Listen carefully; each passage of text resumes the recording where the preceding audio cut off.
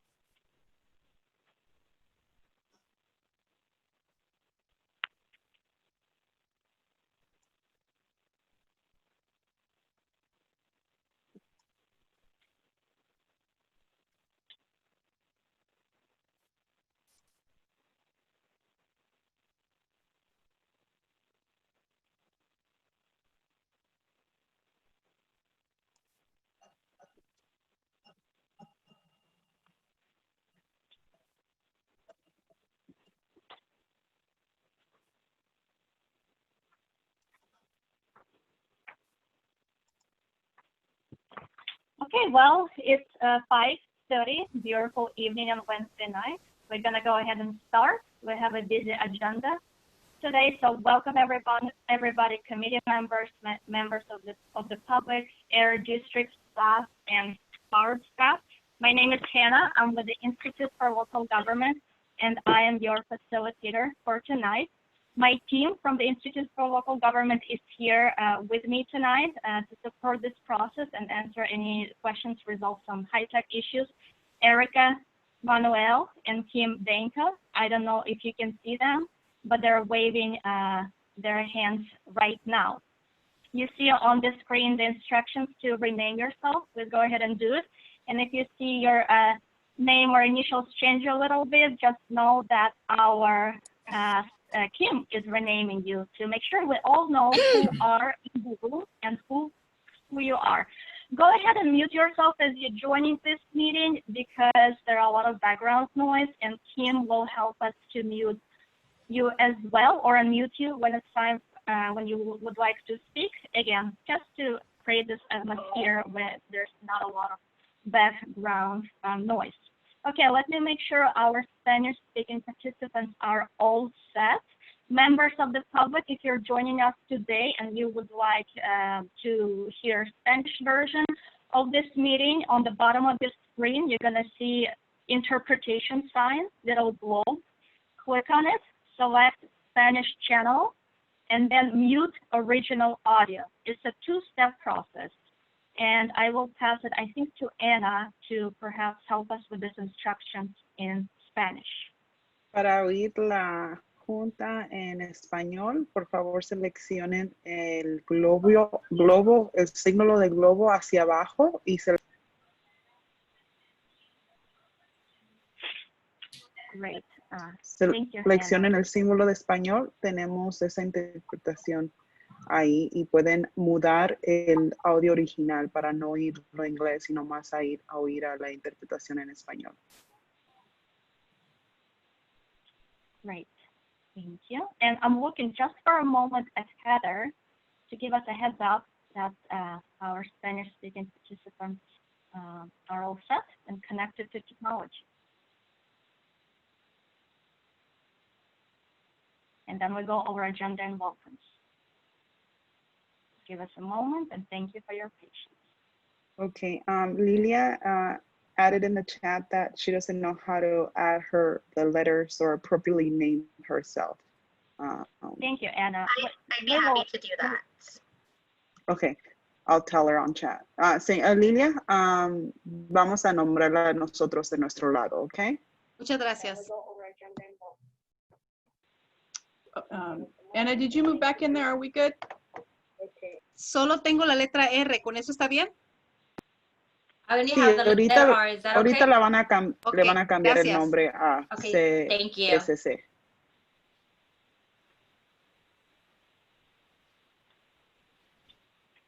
Heather, we're good? Another moment.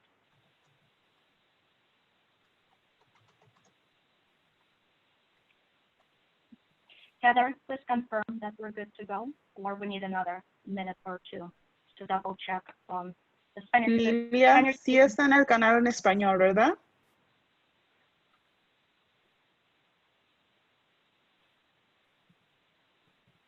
Sí, aquí estoy. Gracias. Lilia Yes, is in the I'm Spanish channel. Anna, are we good? Yes? Heather, please confirm that you're good to go, or we need another Is she the only one here? double check on. Anna is checking. I think my audio is behind. I apologize.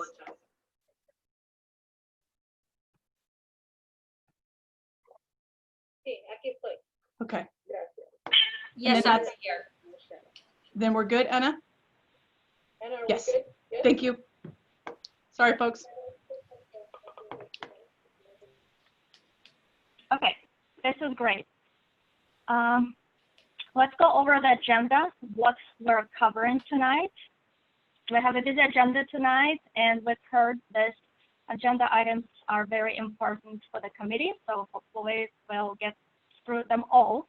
Today, we're gonna have a longer update and spend time for conversations and questions on regulatory development and review.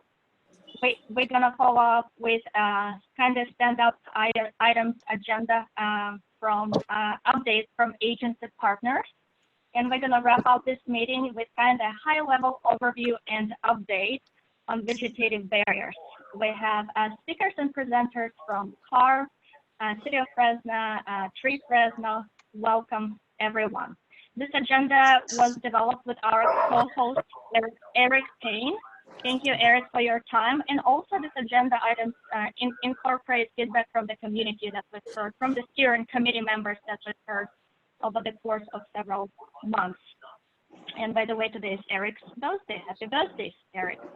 Okay, before we jump into welcomes, let's just go over Zoom etiquette and control. I know I am well aware this is not your first meeting, but we also have members of the public attending this meeting, and just a courtesy to all of us, a friendly reminder about all these different Zoom controls. And I'm gonna pass it to my colleague, Erica. Good evening, everyone. Just a couple quick reminders for those of you that are on the Zoom call. As Hannah mentioned, this is not your first Zoom, but it may be the first one for members of the public. We want to make sure that this is as seamless as possible. First things first, please do make sure that you stay on mute unless you are speaking or planning to speak. If you have any challenges muting yourself, we will do that behind the scenes as well. Please make sure, as you saw on the previous screen, that your screen name includes your first name, last name, and whether you're a CSC member, a committee member, a resident, public member. Please specify those things so that we can track who's on the line. And if you are on the phone, we can absolutely do that manually for you. Just to maintain sort of etiquette around all of the discussion that we're having today, we ask that if you would like to make a comment or ask a question, that you raise your blue hand, and you can see the instructions for that on the screen. It's *9 if you're on the phone or using the participants box. Please use the chat box to communicate questions or comments or requests that you'd like captured, but that are not specific to the discussion items tonight. We will, as facilitators, review that chat box and communicate those details verbally if needed. And if you are using one device for video and one device for phone, you can merge your accounts by using # and your participant number to connect your two devices. Please be kind and respectful in the chat. The chat box can be private messages, but all of the transcripts are downloaded when we pull the report. So please make sure that even one-on-one messages are also cordial and that you are incredibly conscious of and respectful. This meeting is open to the public, but we do ask that members of the public please reserve their comments for the end of the meeting, and we will denote when the time is right to hear from those on the Zoom and watching Facebook. And if you have any questions about translation, feel free to drop that information in the chat, and we will do our absolute best to support our Spanish-speaking community. We have a number of translators on the line tonight to help out. And in the interest of time, I know that we're going to move into roll call, and I'll pass it back to Hannah.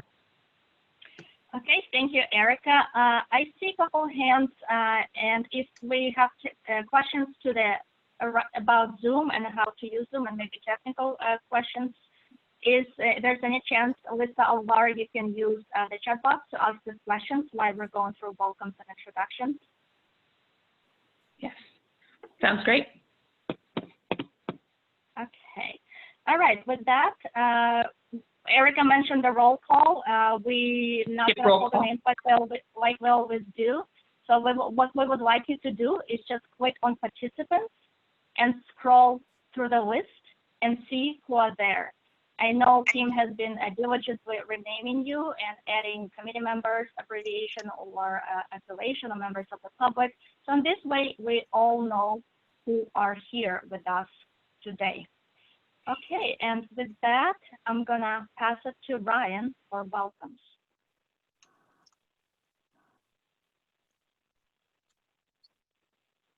How are we gonna indicate that we're here? Just adding what?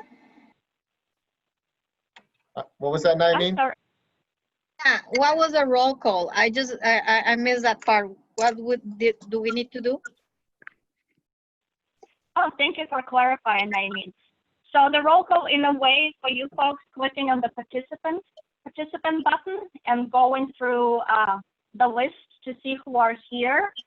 Zoom does generate report of the attendance in the end of the meeting, so we will know who attended and who did not attend. Thank you for that clarifying question. Yeah, we've done roll call in the past and it's been clunky, so we're experimenting with new ways. Okay, Ryan? Well, I always like to start off by thanking everybody for being here tonight. I see that we had somewhere around 46 people last time I checked, which is a great number. I'm looking forward to a lot of participation. I really want to thank everybody that participated in the development of the agenda for tonight. I think it's a really good one, very thoughtful. And then I also want to give a big shout out to Eric Payne, who knew it was his birthday tonight during last meeting and still volunteered to be the co-host of this meeting and provide a lot of great direction to the meeting tonight. I hope he's having a tremendous day and this can be part of it. So with that, I will turn it over to Eric. Thank you.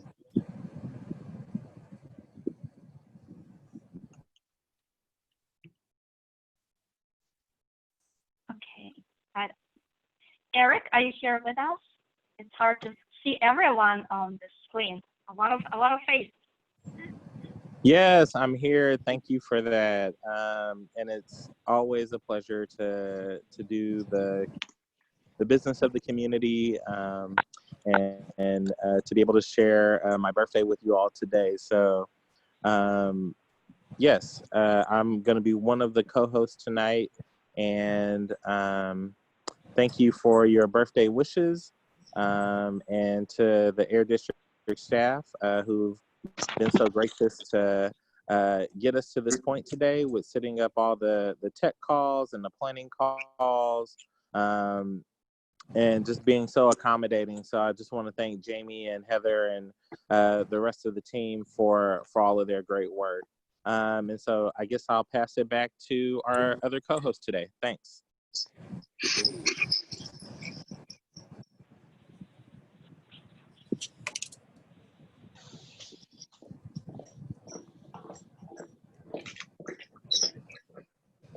Okay, well, we kind of have an awkward moment. I see Bill unmute and walking.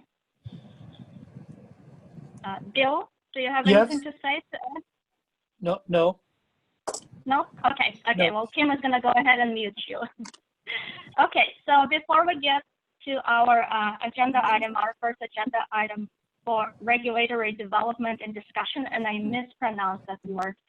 Big apologies. English is my third language. I do see the hand from Lisa. And Lisa, do you have a question? And there was another hand from Alvar. Just want to make sure you folks maybe have some Zoom questions. Oh, the hand is gone. Okay, I think we're good to go to move to the next agenda item. Okay, great. So we have district and CARB staff here to provide regulatory. Excuse me, can you hear me? Yes, yes. Hi, Lisa. Yeah, hi. I just got my wisdom taken out this morning, so bear with me if I'm a little short and curt today, more so than usual. I have 2 issues and 2 items on the agenda I would like to address. They're mostly housekeeping. Oh goodness. 2 of the agenda items I would like to add is we requested at the last meeting, or actually a couple of months ago, that at the monthly meetings that we get an update about the stipend. So we need a stipend update, and also too, I would like to talk about calendars and the dissemination of information regarding the calendars of the different meetings, if we could. Thank you. Thank you. Yeah, thank you for that, Lisa. I think it would be great if we can kind of add that in other regulatory updates. So if the Air District has feedback in relation to Lisa's item, they could share at that time.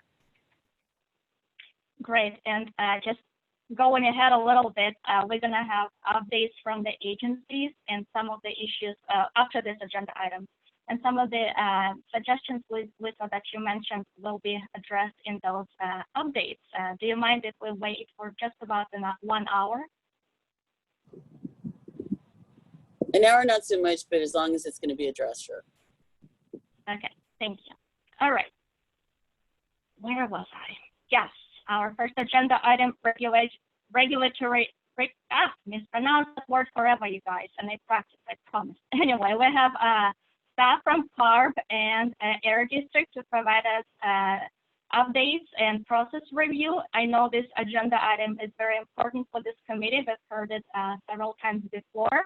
So we'll build in time to really learn about the process. And during this item, we hope that you will start thinking about the best way to continue this dialogue moving forward. First, we have Jessica and Arnaud from the Air District. And let's hear from them. I'm going to turn it to Jessica, who is going to share her screen. All right. Good evening, everybody. Can everyone see the presentation okay? Yes, we can see it, Jessica. Perfect. So my name is Jessica Correa. I'm the planning manager here for our planning and rule development teams. And I'm going to be presenting an update on our current rulemaking processes, along with Arnaud Marjolais, who's our Director of Permit Services, and he'll be talking specifically about our BART-related rulemaking. So he's going to explain a little bit more about what that means when it gets to his turn. But just to kick this off, I really wanted to highlight the ongoing work that's been happening for district rules to date. So it's really important to recognize that the district has over 650 rules and rule amendments, which have reduced emissions by over 90% since the 1980s. So this is huge amounts of controls already placed on facilities in the community, providing emission reductions and helping to protect public health in the community. On June 30th, EPA completed their review and approved district rules for NOx and PM 2.5, or fine particulate matter, as meeting what's called the most stringent measures, which are the most stringent measures that are feasible for implementation in the Valley. That's a huge accomplishment for EPA to review those rules in such depth and to come to that conclusion. That involves reviewing the district's rules and requirements and the limits that are in those rules, comparing them to regulations throughout the country and seeing if our rules are as stringent or more stringent than those rules. And that's what they found. So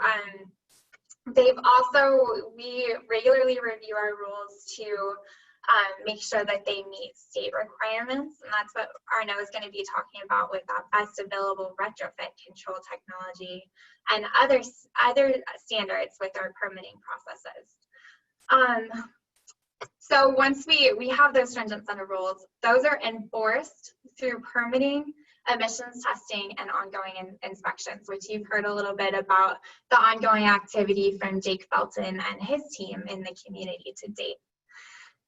So CARB's going to be also providing an update a little bit later about the efforts to further control emissions from mobile sources. As you remember from talking about this last year when we were coming up with the strategies in the SERP, mobile sources make up the majority of the community air pollution emissions and the health risk in the community. And that's kind of across the board from toxic emissions as well as that fine particulate emission. But with that said, we are very, very committed to reviewing the district rules and making sure those are as stringent as possible, and that there's an ongoing review done. Our rules aren't just stagnant. I think if you review our website, sometimes it looks like a rule hasn't been amended since maybe, you know, the 90s, and you're like, wait a second, that's a really old rule.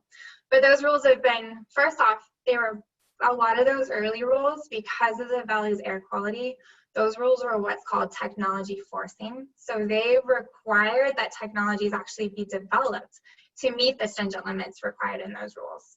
And so if technologies haven't like changed or caught up to the stringent limits that are already required in those rules, they haven't been amended to provide more stringent limits. Similarly, if other air districts or other regions haven't been able to source a way to control those sources in a better way, or there's not that emerging technology, then those rules haven't been amended. But that helps to illustrate how progressive those rules were at the time of adoption, that they still continue to stand without the need for amendment. So because of our attainment status, EPA consistently reviews our rules, and we're required through implementation rules at the federal level to consistently review them, both for PM 2.5 and for ozone. So I really wanted to stress that. As part of that, so speaking of PM 2.5, we recently adopted, in 2018, we adopted the 2018 plan for the 1987, 2006, and 2012 PM 2.5 standards.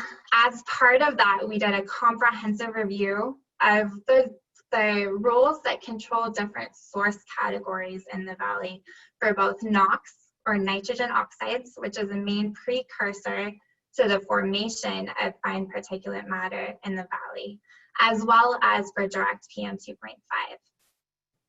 Of that, after that review, we did what's called control measure analysis for what's possible to further control those source categories.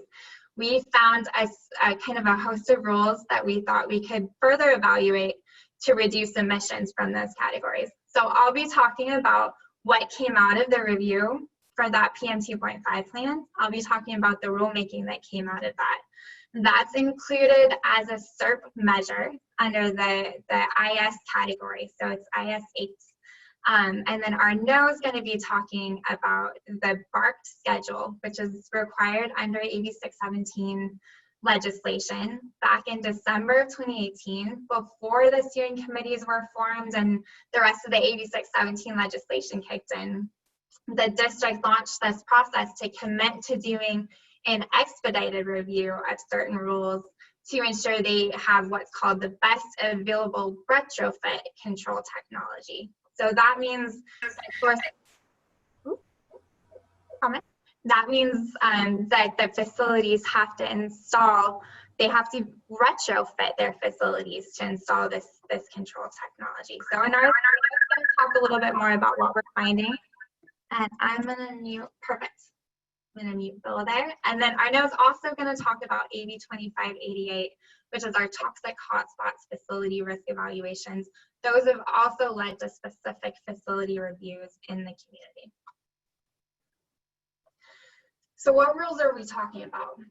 This is a snapshot based on a permit query of the rules that are affecting permitted facilities in the South Central Fresno community. We also have a host of other rules that aren't included on this slide that have more general requirements, like our ISR rule or our E-trip rule. Things like that aren't listed here, but these actually affect the stationary sources or the permitted by the district facilities that are located in South Central Fresno. And so these are the rules that we've really been focusing on reviewing as part of the SERP implementation. And so these you've got everything in here from rules that control emissions from oil and gas facilities to rules that they limit the VOC content, or the volatile organic compound content, of paint. This is a very wide range of rules, and we'll be talking about the ones that we're focusing on, seeing if we can get additional emission reductions on in the coming slides. So, like I said, we did a comprehensive review of the stationary sources for the PM 2.5 plan back in 2018. We've been working really closely with EPA as part of their analysis that led to that June 30th, 2020 approval of our rules as meeting that most stringent measure thresholds.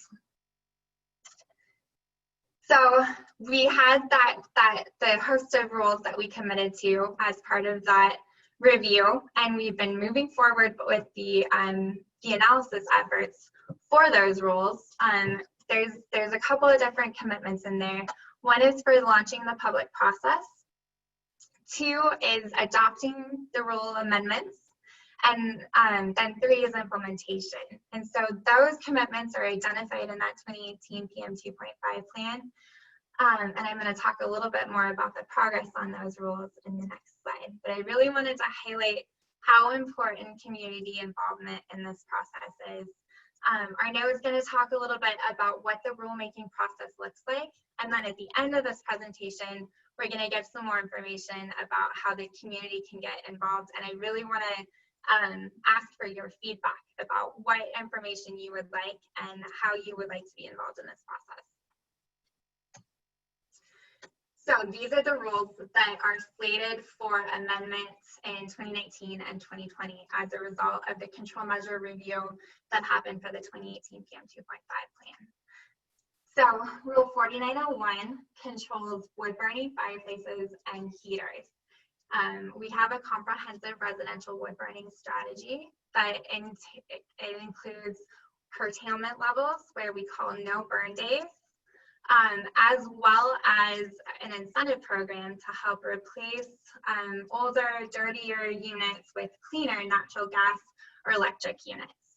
And so in June of 2019, we adopted lower curtailment levels to help protect public health, so that if air quality concentrations go above a certain level, we say nobody can burn, or only clean burning units can burn. We also enhanced our incentive program. And so those amendments took effect and have been effect for the 2019-2020 winter season. And we saw actually improved air quality, really, really good levels of PM 2.5 through our winter season, which is really exciting. We also have this set of rules, 4311, 4306, 4702, and 4692. Those are slated for amendment in 2020. And so the district is, we are on track to amend these rules in 2020. The district has been moving forward with technical evaluations and public engagement efforts for these scheduled regulatory measures. We've been exploring all opportunities to reduce emissions through the use of low or zero NOx controls for boilers, IC engines, and flares. We're looking at low NOx technologies, or technologies that burn very cleanly.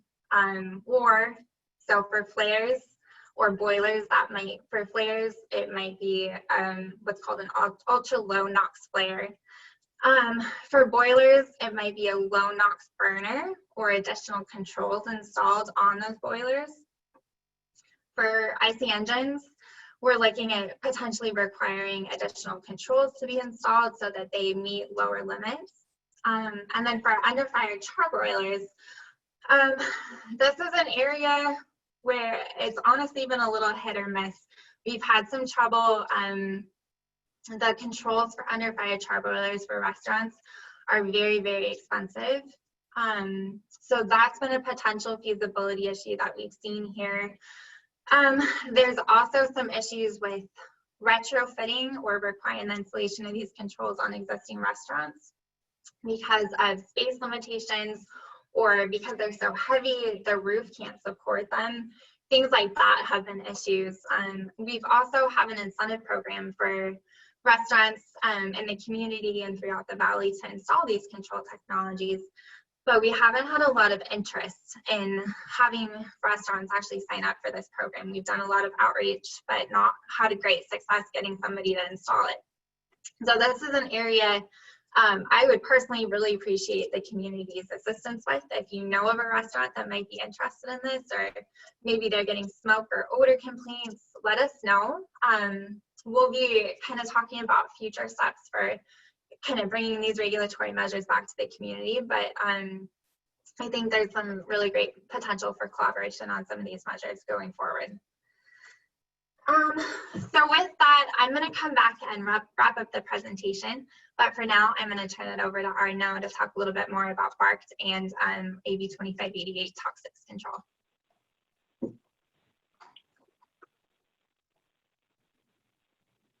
Thanks, Jessica. And we're gonna hear from Arnaud, and then we'll take a couple of questions, clarifying questions. A lot of information, I know. I know. Sorry, guys. Yeah. All right, good evening, everybody. Thank you very much for having me on this presentation. Thank you, Jessica.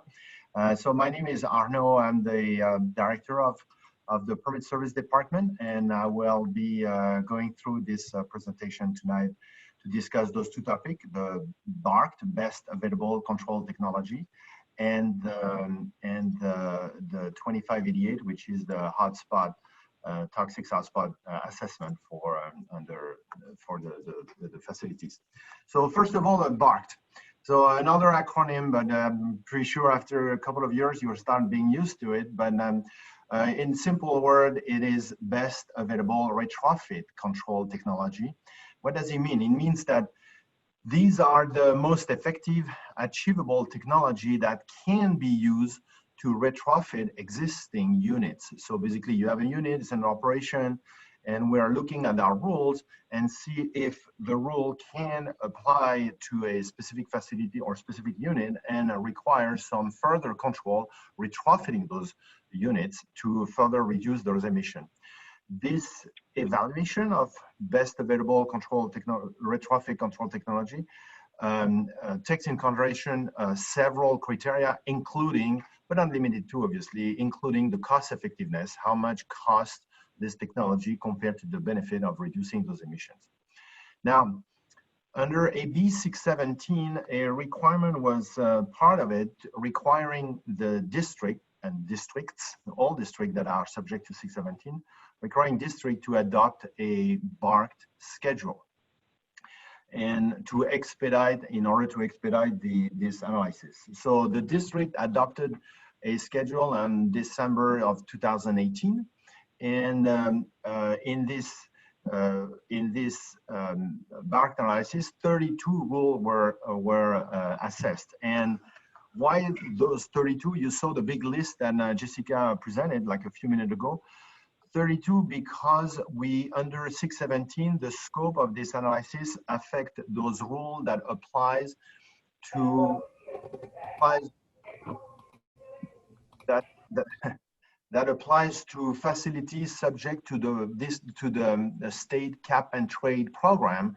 You probably heard obviously about that. The cap and trade program run by the state is aiming at reducing greenhouse gas emissions. So the point is, we look at those facilities, we look at among those facilities which rule applies, and those rules are subject to the BARCT reassessment. In our district, we have 109 facilities subject to the cap and trade, and we look at each of those facilities and we look at which rule are applying to those 109 facilities. And these are the 32 rules I just mentioned. So in 2019 and continuing today in 2020, we looked at those 32 rules and we determined that already 19 were found to meet BARCT. And as such, no further analysis was required. And 13 other rules are scheduled for further analysis. And I'll go a little bit in detail on some of those rules in a second. So maybe Jessica, you can go next slide, please. Yeah. So as you see, the three first rules that were assessed in 2019 and 2020 are those three first rules, the 4454, 4641, and 4104.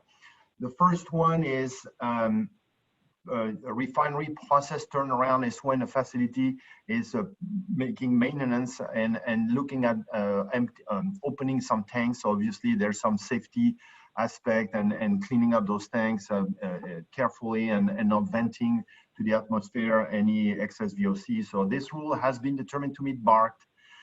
The next one as well, the 4641, which is the slow cure for asphalt, and same thing, it's been determined to meet BART. Reduction of animal matter, it's like a rendering operation and seeing if there's any excess VOC that could be further controlled. And again, this rule has been determined to be BART. On the other hand, those four following rule, and I go through quickly. It's 4409, 4455, 4623, and 4624. I'm sorry for all the numbers, but that's pretty easier than reading the whole title of the rule. All those four rules apply to oil and gas facility, and those four rules are aimed at reducing emission when you have leak that has been detected. It's called leak detection and repair, so LDAR.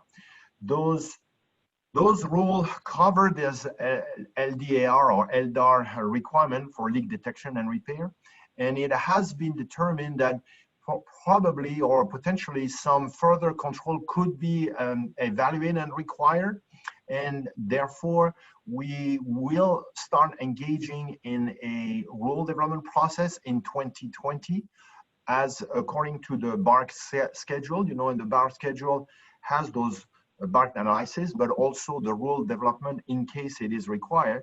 And the earliest it was required was 2020, 2021, and 2022.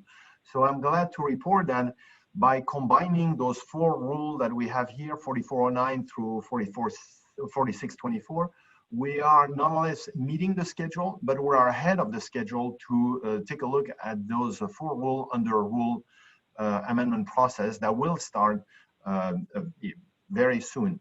Indeed, we will be conducting a workshop. I think you may or you will receive a workshop notice, and Jessica will discuss this in a moment at the conclusion of this presentation.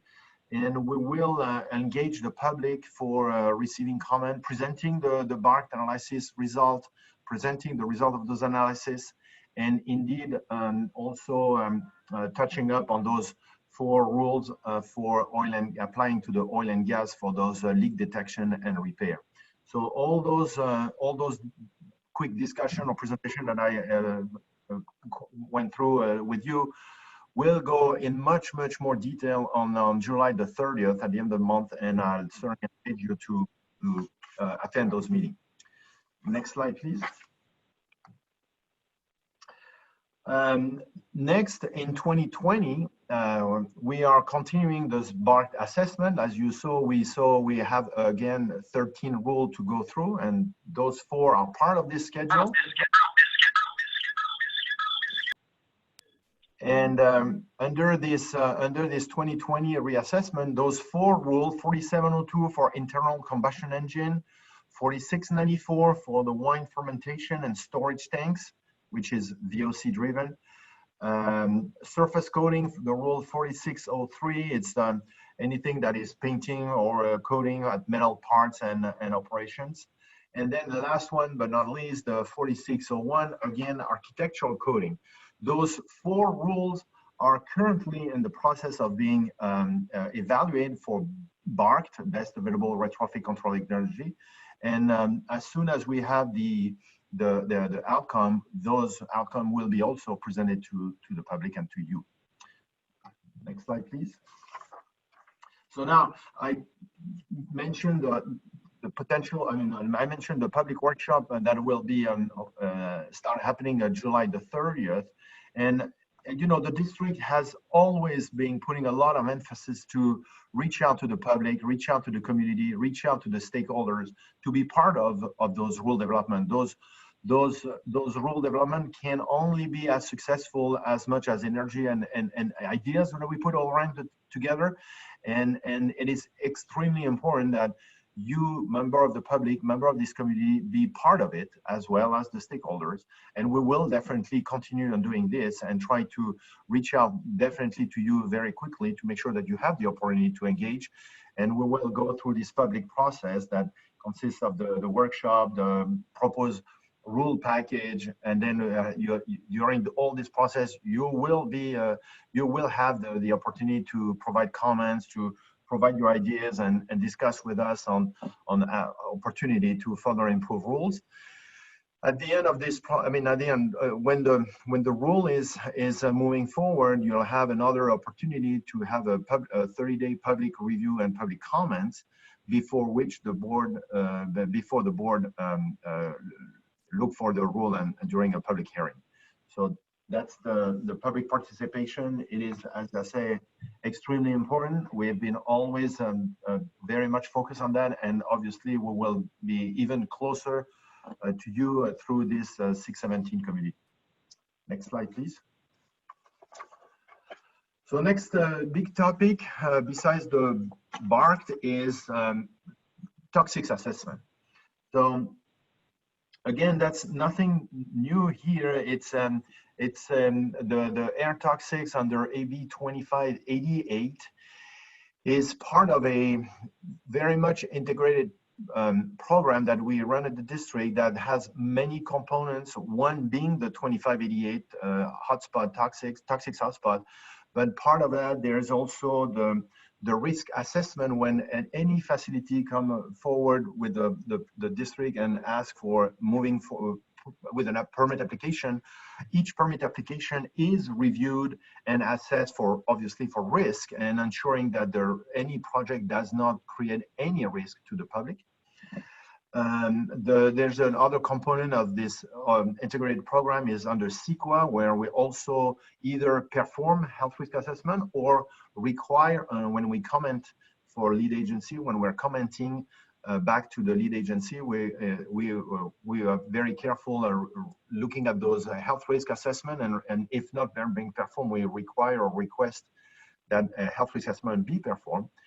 And the last component is also at the state and federal level. There's several requirements that are quite technical. It's called NESHAPs or maximum achievable control technology, or ATCM, air control toxic measures. So there's a bunch of other aspects that are incorporated in our own rules and are part of this toxics program. So moving forward, under 2588, we are currently reassessing all of our facility. It is a huge task. We have approximately 10,000 facilities in our district, and we are engaged in this reassessment because in 2015, the OEA, which is the Office of Environmental Health and Hazard Assessment, modified their guidance, and due to this modification, we are engaged in this reassessment of our entire portfolio of facility within the district. It's a huge process. We are the district the most advanced in California in this reassessment program. A lot of people, or a lot of other districts have been waiting for other districts, including us, to set the tone and to see how much we move forward. And we adopted a revised guidance to assess those facilities and adopted by a board. And we took all the most stringent measures from either as proposed by OEA or even more stringent beyond what OEA provided in terms of risk exposure, in terms of duration to the risk exposure, etc. So we took everything the most stringent possible and currently reassessing all our facility. Obviously, this affects the 617 community, including South Central Fresno, and we are committed to doing this in an expedited manner. We, during the SERP process, your committee has requested that we finalize those reassessment by the end of 2021, next year. And we are very actively working on that, toward that goal. And I'm glad to report that today we have assessed quite a few facilities. And so far, no facility have been deemed to be a significant risk for this community. And we are continuing to move forward.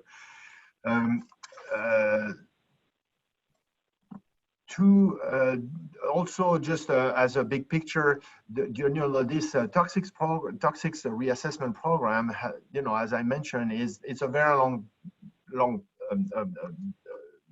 This program has been here for a long time, since the 1990s, and over the time, this program has been resulting in very significant reduction in risk by the amount of at least 90 to 91%, and the South Central Fresno is part of this reduction as well. During this reassessment, a bunch of requirements apply to the facility. We are requiring the facility to provide all the possible emission inventory, so we can assess that. We can assess the toxics emission related to those emissions. We require, when applicable, we require source testing, and those are extremely comprehensive. Like we require testing of a lot of chemical that potentially released in the atmosphere, and we are measuring them. Then those chemical are analyzed as a screening of, a first analysis is performed, and based on the result, we move forward and require report and further health risk analysis as applicable.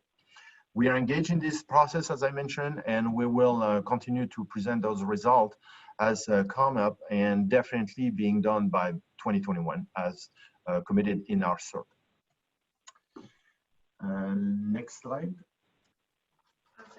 Thanks so much, Arno, for all of that information. So like Arno covered, I think if you go to your inbox, actually, there should be a couple of workshop notifications that came out this afternoon. Those are both going to be held. So one is going to cover Rule 4311, or flares, as well as our rules for our big industrial boilers, steam generators, and process heaters, which are covered by Rule 4306 and 4320. And then, so that'll be at 5 o'clock on July 30th. And then there's going to be a workshop covering what Arno just discussed, a kind of in-depth discussion of the findings of the BARCed review, and a review of that BARCed process is going to happen at 4 o'clock on that same day. So if you're interested in tuning into that, we definitely encourage the steering committee to be involved and to attend those workshops. Additionally, we will be scheduling further workshops in August for IC engines. And then in the fall, later this year, we'll be launching the public process for glass plants, as well as for solid fuel fired boilers. And so all of those rules directly impact the South Central Fresno community. And really what we're here today to do is to give you an update, to give you this overview, to answer any questions that you have, but then to really ask you how you want to be involved in this process. I think the district is really open to ideas on how to better engage with the committee and the community through these rulemaking processes. I'd really like to hear ideas from you about what that might look like, whether it's a special meeting, is that an ad hoc subcommittee meeting, is that a regular subcommittee meeting, is that just a more regular feature of these regulatory measures on the agendas moving forward? We definitely love to hear from you. So a couple of commitments from the district. One is, if you want to sign up for information on our rulemaking processes in general, we have all of our listservs available at this link on our website, but we will be forwarding all of the notifications to the steering committee and providing you regular updates on the implementation process for those measures that are contained in this SERP. So like you have in your inbox today, those workshop notifications will keep on coming to you as a member of the steering committee. So with that, I'll stop and I'll turn it over to Hannah to pose up any questions from the committee. We are here to answer those questions and also to get your ideas on how to get your involvement and feedback on these moving forward. Great. Jessica and Arnold, thank you so much for this very detailed presentation, and the slide about additional involvement opportunities is very helpful. So thank you for sharing that as well. Okay, so I see 3 hands from Lisa, Ivanka, and Genevieve. I might have pronounced that name wrong. Apologies. We're gonna take three questions, 3 quick clarifying questions, maybe 4. And then we're going to move to a couple updates and presentations from CARB. And then we're going to circle back to the larger group discussion. Okay, Lisa, I know your hand was first. Please go ahead. Actually, I have, can you hear me? Yes, we can hear you, Lisa. Okay. I have 2 questions under Rule 4692 and one under AB 2588. Under 4692, the char boilers and commercial restaurants, what is the measure of success during the COVID shutdown? And how can this program be affected if there's multiple shutdowns and the restaurants can't afford to upgrade? That's my 2 questions. Then under AB 2588, you spoke about commenting on the project by project. At what point do you start to look at projects in your review process for the cumulative impact to the community? Thank you. That's Lisa. I'll take that question on 4692 for commercial char broiling, and then I'll turn it over to Arnaud for the AB 2588 question. But that's a really great question that you raised, and that's going to be something we need to work through as part of this commitment for the PM 2.5 plan. We are looking at emissions from commercial char broiling and how to reduce those, because we have seen that they are a large part of the emissions inventory in South Central Fresno and also throughout the valley. We are working on better understanding the emissions inventory. Part of that is understanding what COVID's done, but the bigger part is we, back in 2018, we put a requirement in our rule that restaurants had to send in information about how much they cook of different types of meat. And that was through a registration requirement. And so through that, we've been really actively working on collecting that survey data and potentially updating our emissions inventory based on that really up-to-date information. So that's going to be something we're talking about through a public process moving forward.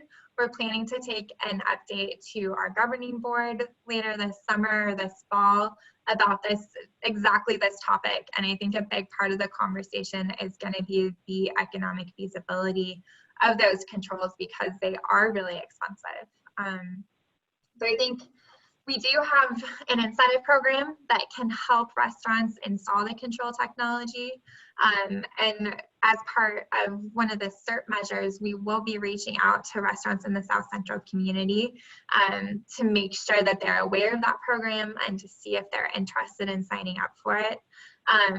So hopefully, hopefully that can provide some support through this process. But Lisa, I just really want to, like, what you just said is exactly what the issue we're facing with that rulemaking. And so that's going to be a really good question to answer moving forward.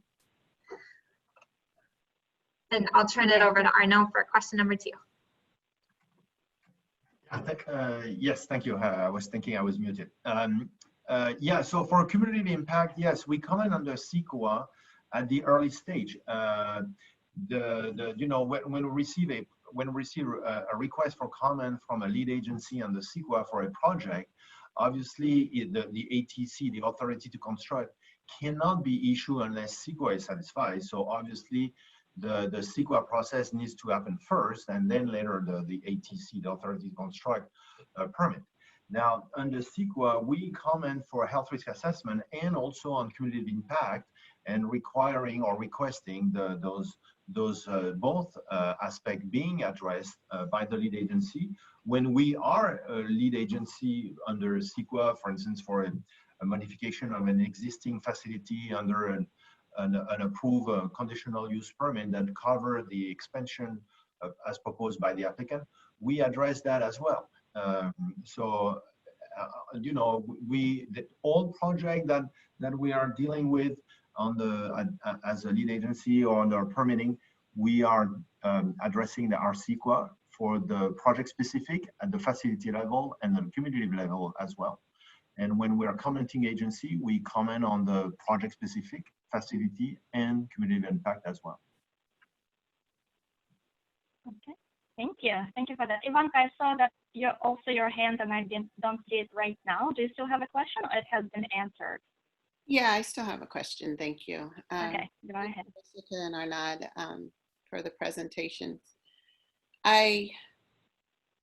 Listening to this about the CEQA processing and whether we're talking about the facility risk assessments or just any facility, I know that right now the district, like you just said, Arnaud, will follow during that comment period. But my concern is that, like Lisa kind of just said, instead of following per project that's happening per facility, we know that 617 was allotted to South Central Fresno because we're already overburdened. But how do we, as this steering committee and as the Air District, not be reactive but proactive when it comes to knowing that the city of Fresno right now at the same time is trying to continue the industrial development within the already overburdened developed area, right? So we know that there are multiple facilities that are in the pipeline looking for permits to continue to grow the Amazons, the Ultas, major trucks coming in. Yes, trucks is CARB, and that is state level authority. But what are we doing proactively besides reacting to CEQA comments when we can actually tie this to the permits that are within the authority of the Air District? So I just want our steering committee to understand that while on one hand, we have all of us putting this effort into reducing emissions, we are working in a city that is trying to create development that is completely opposite of what we're trying to accomplish.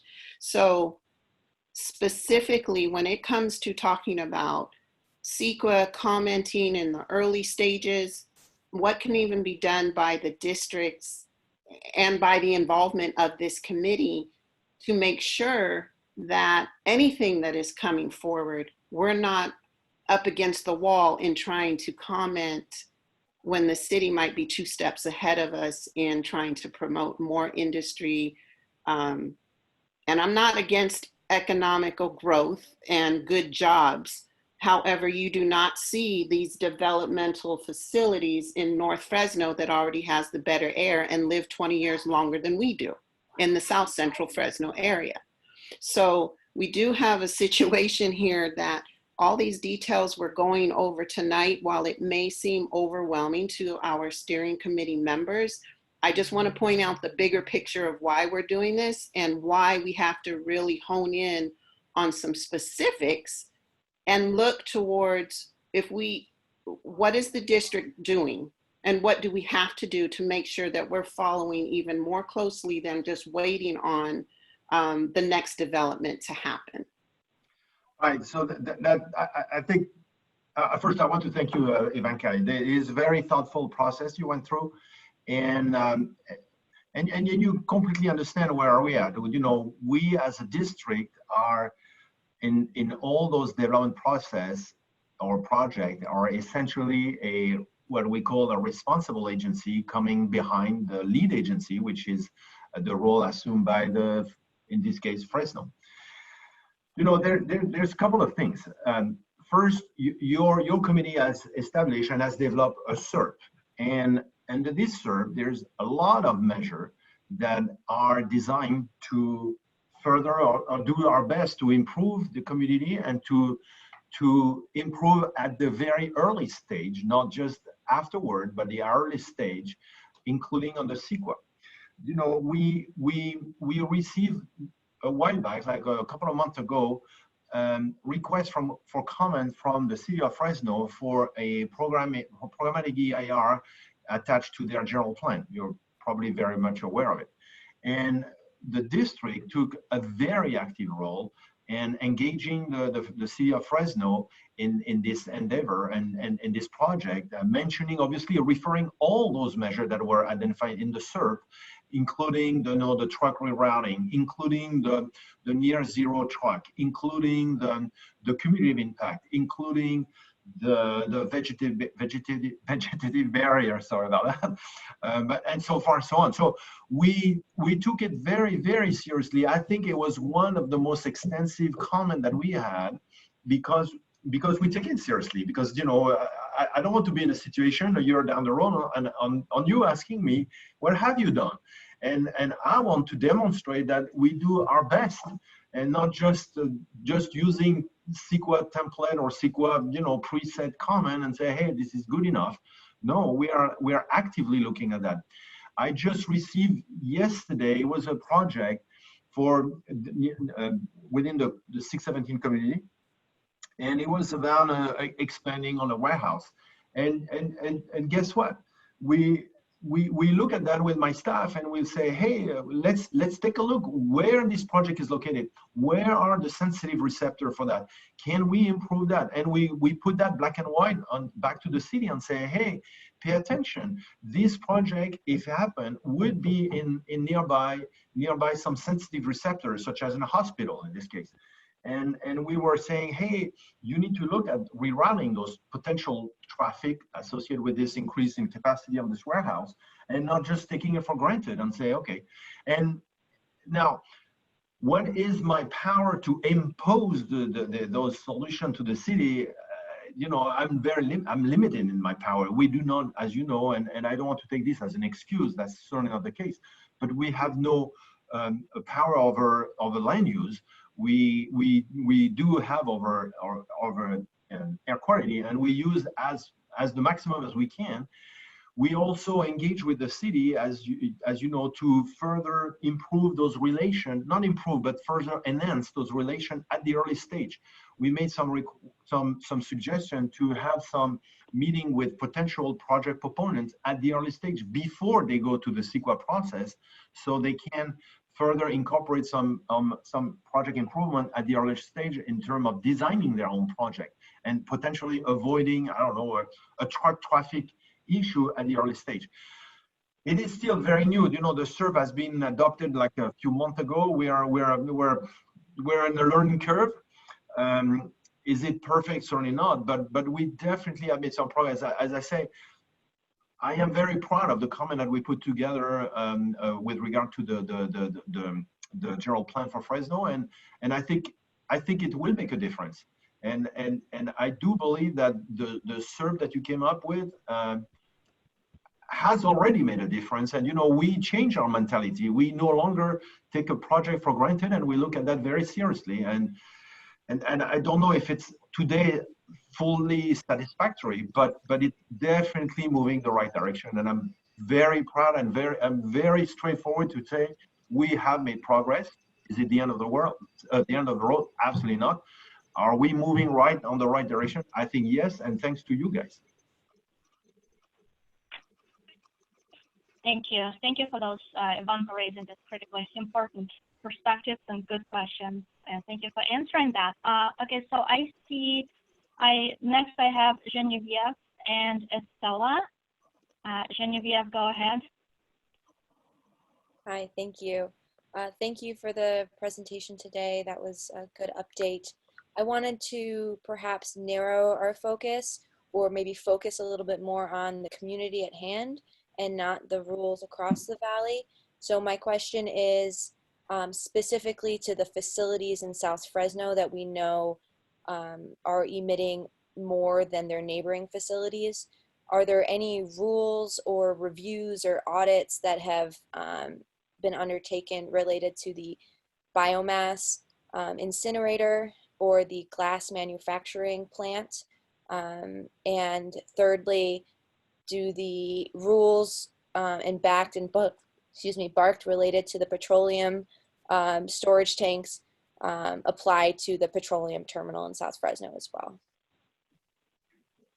So I'll say first I'll say something on toxics, and then maybe Jessica will say something on the rule development on the glass, etc. So on toxics, you mentioned Vitro and Rio Bravo. So Vitro is obviously you probably know all together, but it's a glass manufacturing plant producing flat glass, and Rio Bravo is a biomass facility. So both facilities are obviously very much in my on my desk to be reviewed on the 25 EDA. Both of those facilities were and are required to perform source testing, and Rio Bravo has performed the source test. I think we just received recently the first shot of the source test result. We are waiting for the analysis to be performed and move forward on that. With regard to Vitro, same thing. We engage in long discussion with the facility. Based on ARB's regulation, there's 3 components that are required for testing. It's arsenic, lead, and hexavalent chromium. I was trying to find the English word. Hexavalent chromium. So those 3 components were based upon. It's a long history, and I don't want to go too much technical, but it's based on the nature of the glass that was processed a long time ago. But still, in addition to those 3 required source tests, we came up with a list of, I think, something like 20 additional components to be tested by Vitro to ensure that the source test result that we'll have will be comprehensive and being able to produce the best result possible in terms of our health risk assessment. I cannot tell you today what will be the risk assessment. I don't know, but the source test is in order. We ask the facility to expedite the source test because we don't want to wait any longer, and the facility has been responsive to say, okay, we'll move forward and we'll get back to you with the source test protocol that we have to approve. The source test cannot be conducted unless we approve it, and so to ensure that those tests require represent between $60,000 and $100,000, and so it is critical that before the source test being conducted, we agree on the testing itself. So that's for the toxics you mentioned, those 2 facilities I refer. For SFPP, I don't have let me check, maybe I can find it right away.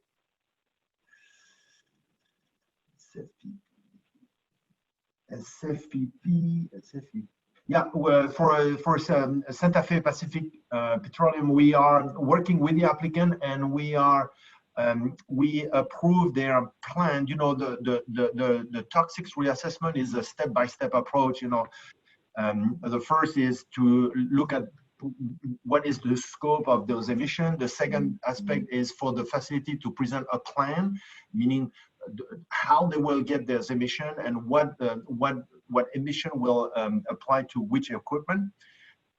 This has been approved.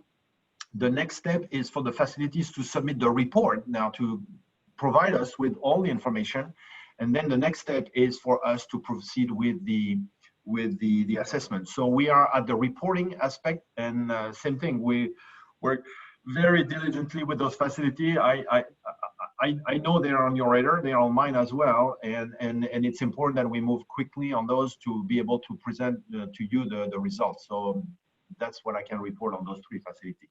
Now, real quick, Arno, going back to Genevieve's point and the question. So, whether those the rules that Kinder Morgan, SFPP are subject to are part of this analysis, the answer was yes. So Arno covered a lot of the organic storage rules that are going to be part of that BART analysis, and they are SFPP are subject to those rules. Yeah, absolutely. Sorry, I missed that question. Yeah. Thank you, Ryan. Thank you.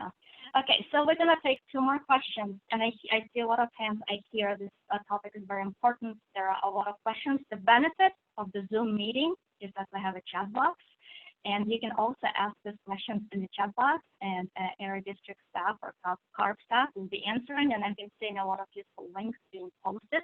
So we're gonna go with Estella, and then with Naimeen, and then we're gonna move to update from CARB. Estella? Hannah, sorry, I believe David also had a question, but he was having trouble with his hand function. Okay, thanks, Kim. Okay, Estela. David Meeker. Okay. Let's move to Estella. Okay, Estela, ya puede hacer su comentario. Sí, lo que quería decir es que en el proceso de reglas del distrito, supuestamente las reglas son muy estrictas. What I wanted to say is the rules in the community, the rules are very strict. Porque todavía el nivel de contaminación es muy alto. Because the level of contamination is very high. Entonces, ¿dónde están las reglas que son estrictas? No se miran. Where are the strict rules? You can't see them. So I just want to clarify and make a friendly amendment to the translation. It is that she's asking, if we have so many rules that are so stringent, why are we having still these pollution problems? So it's kind of, the proposition was a little bit off. I think that brings us really nicely to the next presentation. So just keep in mind, Estella, that a lot of the pollution that we're seeing remaining in the community is related to those mobile sources. And so CARB's going to be doing a presentation about their control of those mobile sources to come. That's a really good question.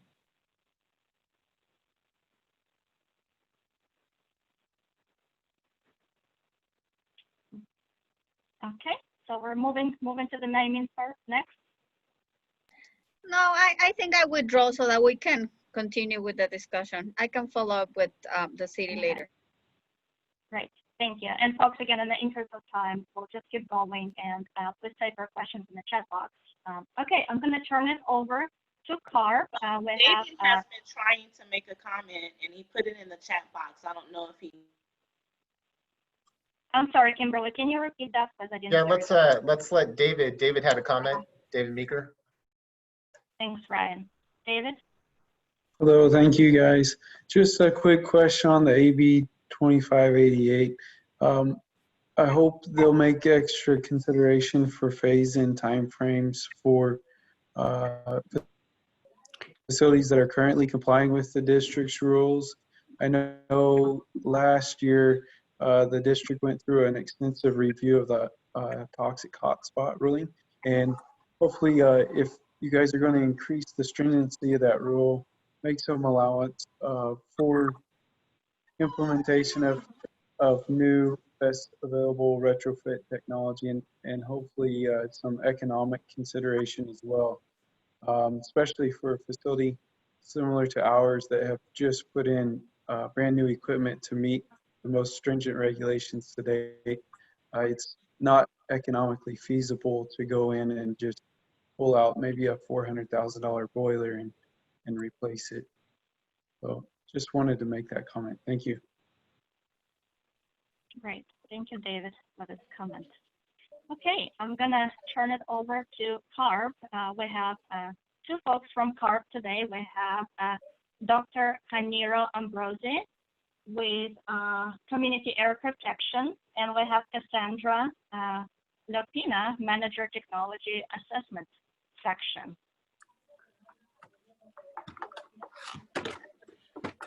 And they're sharing the screen. Wow. Hi, good evening. Thank you all for letting us take some time in this agenda. My name is Janeiro Ambrose, and I'm a staff in the Office of Community Air Protection. And I'm going to start off this presentation by providing an update on some of the CARB statewide regulatory strategies, and then I'll turn it over to my colleague, Cassie. So as requested, I'm a relatively new staff here at CARB, and it's really exciting to learn a lot about the process here that the CSC has been through. I'm going to touch on a few, the status of a few CARB strategies tonight. Some of this update, I believe, was requested by some CSC members. At the end of the presentation, I've provided a page with links to all the web pages for each of these regulatory programs, and I'm happy to offer more, to answer more questions in detail as far as the strategy. And if anybody on the steering committee is really interested in more detail on specific strategies, we can definitely coordinate with the lead CARB division for each of those regulations and bring in the appropriate people to a future CSC steering committee meeting. Let me go ahead and just click through there. Obviously the SERP identified several statewide regulatory strategies that could be used to address the key emissions priorities of the community. And CARB is currently tracking 14 programs that are reflected in the Fresno SERP, which I've listed here in this table. Once again, I'm just going to highlight a few updates. And again, if anybody would like to know more or just have additional material on any one of these at a future meeting, please let us know. Obviously, it's been a difficult couple months here, but CARB has continued to take actions to develop key programs and achieve regulatory goals, such as the adoption of the advanced clean truck regulations at the CARB board meeting 2 weeks ago. And I know that emissions from heavy-duty vehicles and heavy-duty engines are a major concern identified by the community. So I thought I would dive in and just speak a little bit more to some of those measures to address heavy-duty emissions. As I said 2 weeks ago, on June 25th, the CARB board approved the Advanced Clean Truck Rule, which is the nation's first heavy-duty zero-emissions vehicle requirement. Right now, it's going to require manufacturers to sell an increasing share of zero-emission trucks in the state. So this is kind of like the light-duty zero-emission vehicle mandate, which requires manufacturers to incentivize manufacturers and requires them to sell a certain percentage of zero-emission vehicles. It's a strong standard. By 2035, so over half of smaller trucks would be required, sales would be required to be zero emission, so 55% of Class 2B and 3.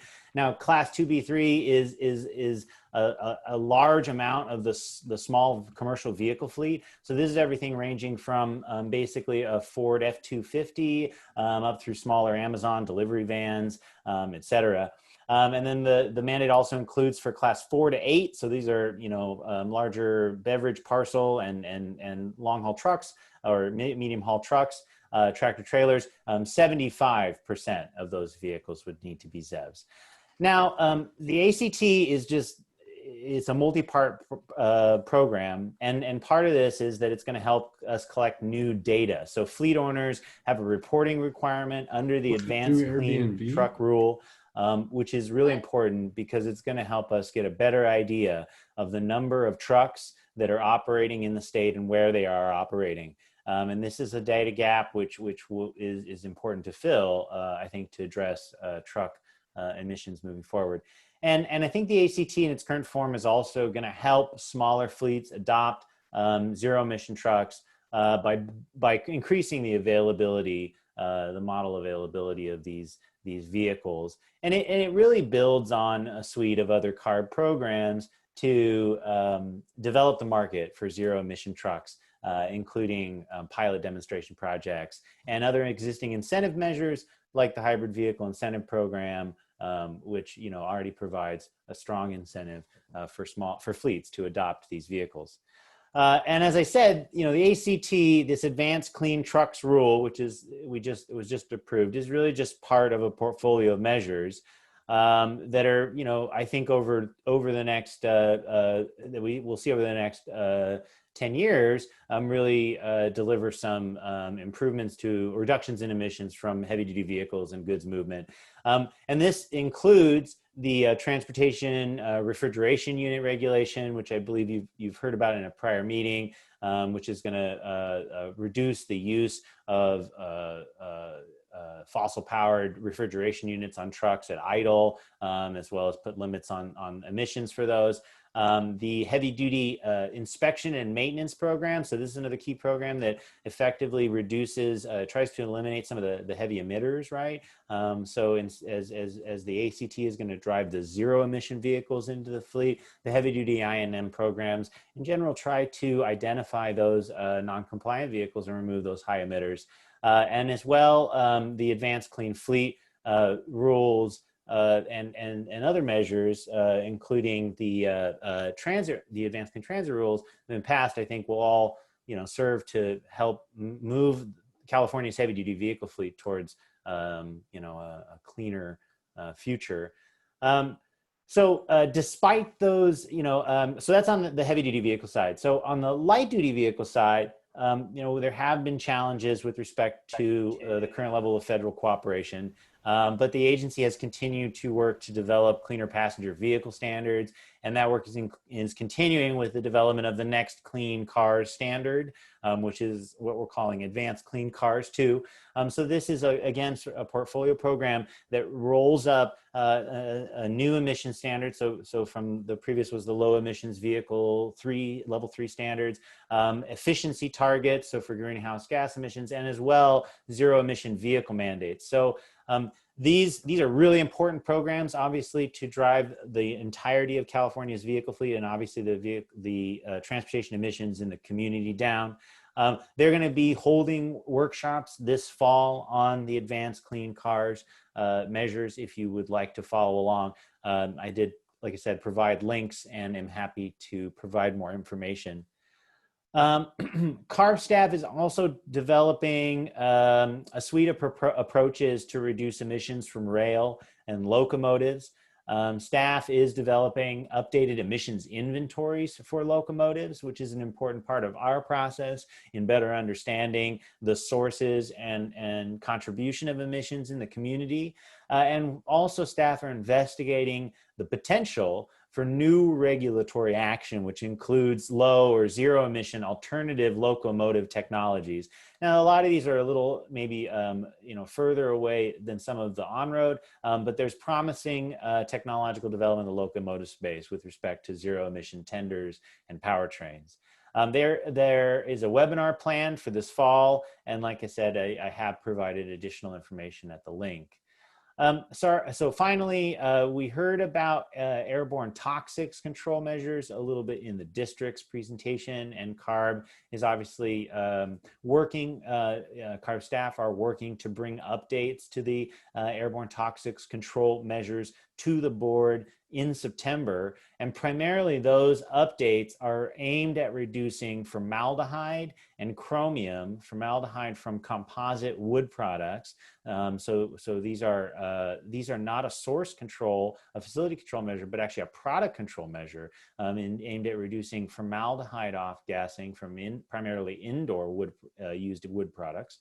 And the other being reducing, as we heard mentioned, hexavalent chromium use in chrome plating, in electrolytic chrome plating.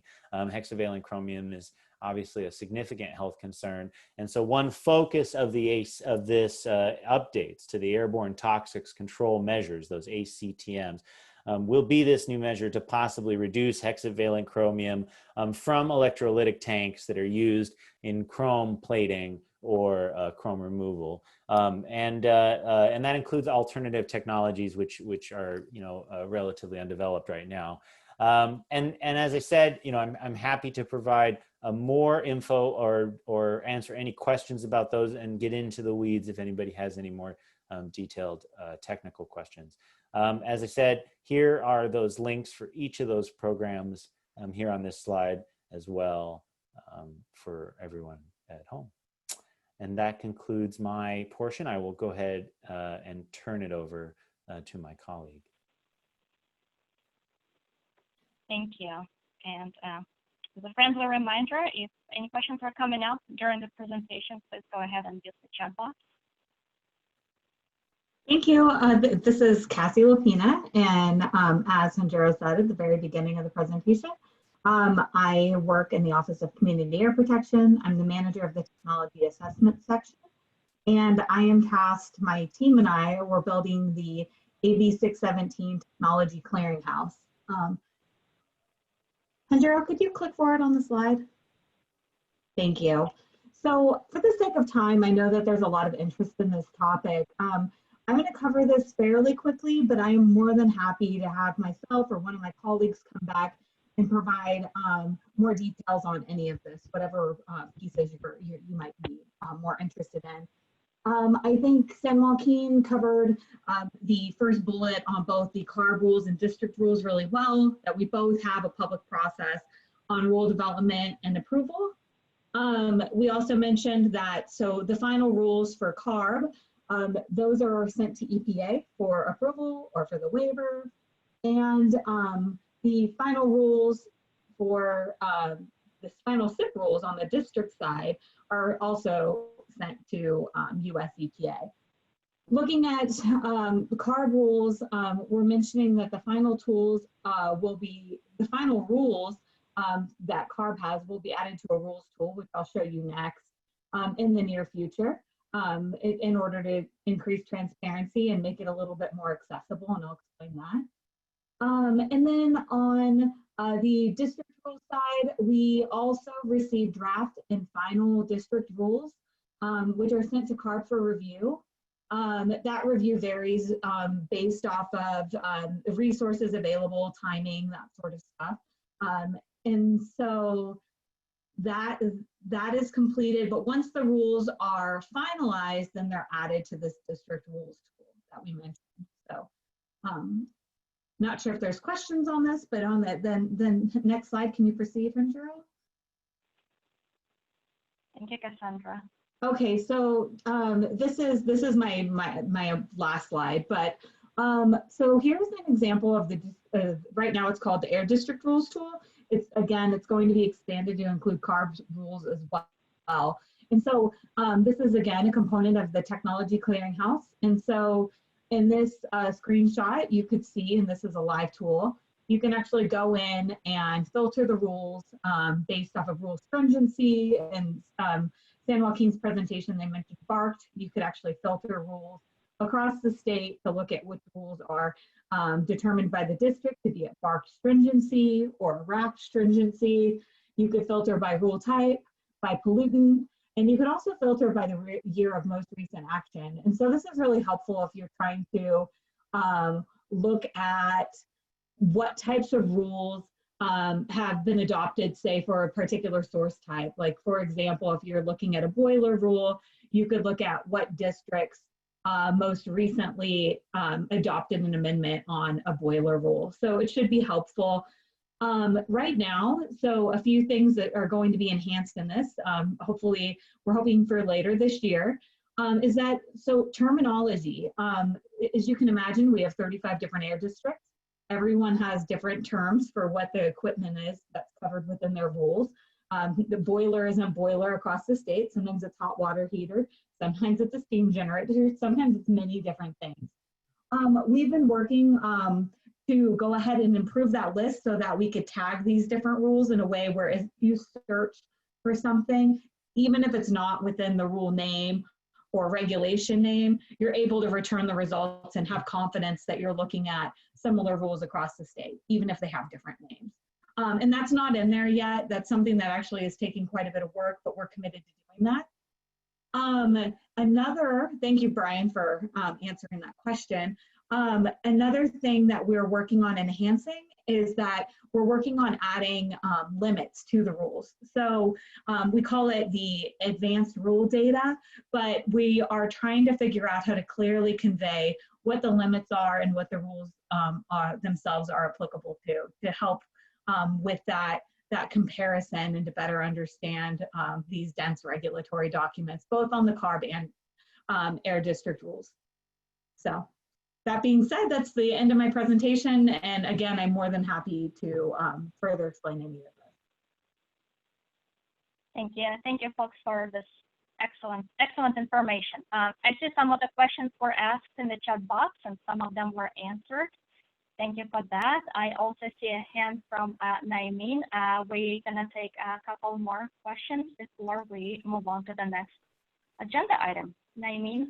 Yeah, so would these two allow us to compare like rules from district to district?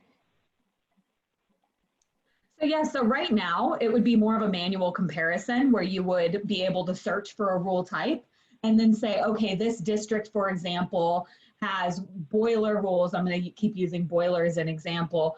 Boiler rules that are at racked stringency or bark stringency. And actually, if you were to go in and click rule stringency and select bark, and then type in a word like boiler, it would actually appear on the map which districts have boiler rules that are at bark stringency. And then you'd be able to use something like the filter to see if there were any recent amendments made. And those amendments might be amendments to the limits. They might be amendments to just the text of the rule, administrative amendment. You can't tell that yet, but as we get into this advanced rules, it's going to further enhance your ability to actually compare those limits within the districts. But again, this is all quite complicated and we want to make sure before we put the information out there, we have it all right, because there's a lot of differences between the districts, their rulemaking process, and what they look at when determining if a rule is at BARC. So we're trying to put all those caveats on there. Thank you. Okay, well, I see no more hands, but the meeting continues. Again, thank you for this excellent presentations and spot-on questions from our committee members. Hey, Hannah, this is Vernon Hughes. Just a real quick, just looking at, I saw a comment in the chat box by Kevin in terms of a lot of these rules being SIP rules or broader rules. We will also, as part of the annual reporting process, we're working with the Air District on how to provide information on the status of each of the rules that are in the SIRP for the annual report. So that is something that we're actively working on, a mechanism to transfer that information and show progress there. That's useful, Vernon. Great. Thanks. I did want to ask, while we've watched this website, this asset, this is Kevin Hamilton, I'm sorry, be developed with great interest, and I'm really happy to see it finally sort of showing up. I would really like to know whether or not we will eventually be able to compare these rules head to head. That was my understanding in the last presentation that you folks did of this new asset, that would be the eventual goal. So this idea of us hunting through rules from numerous air districts and even other states is quite frankly crazy. And I'm happy to be corrected here if I misunderstood you, but that's what I felt or what I understood you to be saying. Yes, Kevin, so absolutely. So what I was warning is that getting to that point is going to take some time. It is complicated, but we are doing our best to get there. So in the blueprint itself, it actually requires the technology clearinghouse to be used to help the community members develop strategies for their SERPs, including evaluating rules and BACT, BARC, all of these types of things, and even looking at clean technologies. So in order to do that, we've heard from you guys loud and clear from the beginning of this that you need the ability to have a tool that breaks down these rules and allows for those comparisons. And so we're doing that not only for the rules to be able to compare BARC, but also for BACT as well. Yes. And then identifying clean technologies on top of that. Right, and then the cost of those technologies, right, and which ones are applied in other regions or areas, so that we can potentially do head-to-head comparisons.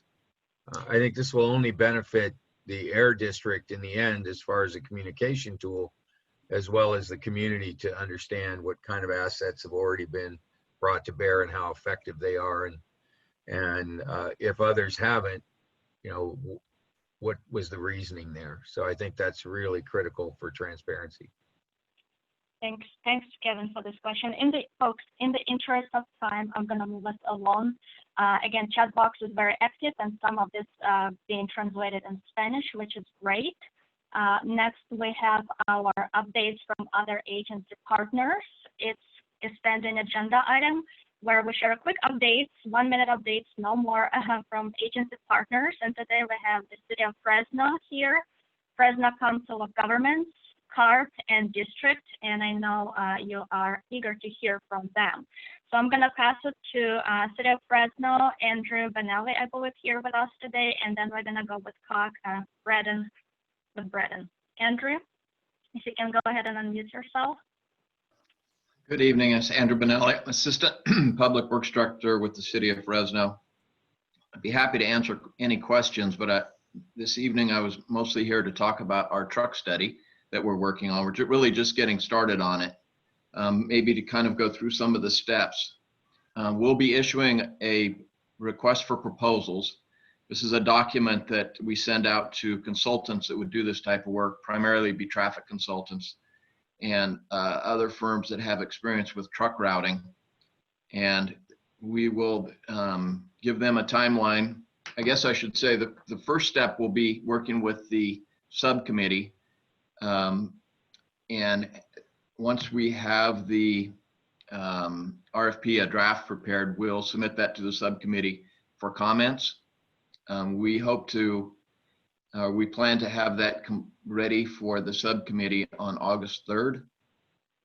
And we're looking to get comments back from the subcommittee on August 17th. At that time, we'll present the final request for proposals to the subcommittee on August 24th after we've addressed their comments. And then I won't go through the whole schedule, but there'll be a group of people who will shortlist the consultants. And this is a qualifications-based selection. It's not really based on the lowest price necessarily. And then we will do interviews with the shortlist. The best consultants or the best proposals will get shortlisted. Usually we have 2 or 3. I don't know that this is, there's not a lot of qualified firms in this area, so I don't know that we'll have a whole lot of proposals. I would anticipate probably 5 or 6. I hope to get more, probably 5 or 6. And then we'll interview probably the top 2 or 3. From that point, we'd make a selection, and then we would have to get that contract approved by our city council. At that point, they would begin the study. We intend to have quite a bit of community engagement. It's going to be a key component. We may have a consultant that has a sub-consultant that has more experience in public meetings. They may, depending on what happens with Corona, they may be Zoom meetings or WebEx or some sort of virtual meeting. It'd be nice if we could do them in person, but I don't know if that'll happen. Anyway, I'd be glad to answer any questions about the truck study. Thanks, Andrew. I'm sure there are some questions, and I wonder if some of them will be answered during our next update. District will make some updates as well. Andrew, I wonder if it's also helpful to type those dates in the chat box. Visual, it's always good. I'm going to pass it to Fresno Council of Governments. Braden, if you can be brief in the interest of time, I appreciate that. Yeah, thank you, Hannah. Sure. Hi, everyone. I'm Braden Duran. I'm a planner at Fresno Council of Governments. We are the Metropolitan Planning Organization for Fresno. Today, I wanted to give you just a quick update on where Fresno COG is in our major planning efforts. So Fresno COG last month officially launched the 2022 Regional Transportation Plan, or the RTP as we call it. The development process, which takes about it's going to take all the way up to probably mid-2022 to get this approved. So this is the long-range plan, which provides policy guidance for transportation investment in the Fresno region for the next 20 years. And it is helps us ensure we get transportation funding and continue getting the funding to flow into our region. As part of the RTP process, we have launched a new website, planfresno.com, which is going to be the main source of information about the RTP process moving forward. I just wanted to let everyone know that that is where you can find opportunities for public engagement. We want to be very inclusive in the process, and we welcome any chance or any comments that we can include you in. We have our RTP Roundtable Meetings going on starting this month on I believe it's the 22nd at 2 p.m. It's the 4th Wednesday of every month. The public is welcome to attend. We're going to be doing them on Zoom. All of the information related to this is on fresnocog.org. I want to try to keep this brief, so if there's any questions, you can shoot me a message in the chat and I'd be happy to answer, or put you in touch with the right person at our agency to get that question answered for you. Great, thank you so much. CARB staff, do we have any standing updates for the committee members? Sure, I'll make this really quick. This is Brian. Because of the concern around heavy-duty trucks and warehousing in the area, there is an upcoming workshop on that transportation refrigeration unit regulation that Hanjiro mentioned earlier. So I'll make sure to put that in the chat box with information on how to join that. It's July 29th. And also just wanted to say that we are in the process of updating our blueprint, our guidance document, and it's going to be a two-step process. With an advisory, we're hoping to get comments on this later this summer, and there'll be a full-fledged blueprint update happening hopefully early 2022. So I'll also include my email in the chat, so if you have any questions on either of those things, feel free to reach out. Thanks. Great, thank you, Brian. And last but not least, we have an update from the Air District, and I believe it's Jamie. Yep, I just wanted to let everyone know that we did have our school air filtration update subcommittee meeting on Monday. Thanks to all of you who were there. It was actually a joint meeting with the Shafter steering committee. That this first meeting was together so we could kind of understand just a little bit of what the SERP strategies say about school air filtration. One of the things that we walked away with was a need to better understand the inventory of what is out there with the various schools. I do want to recognize Keith from Washington Union School District. He was one of our school representatives that was at Monday's meeting, and he's now joined this steering committee meeting as a member of the public. So we're beginning to dig a little bit deeper, get a better understanding of the inventory to better assess the needs and the costs that might be associated with taking schools and making sure that the filtration systems are serving the needs of the students. Thanks, Jamie. Sylvester, I see your hand is up. Do you want to ask a quick question, or you're comfortable moving to the chat box at this point? If you want to continue the meeting, I can hold the question. Okay, all right, thank you.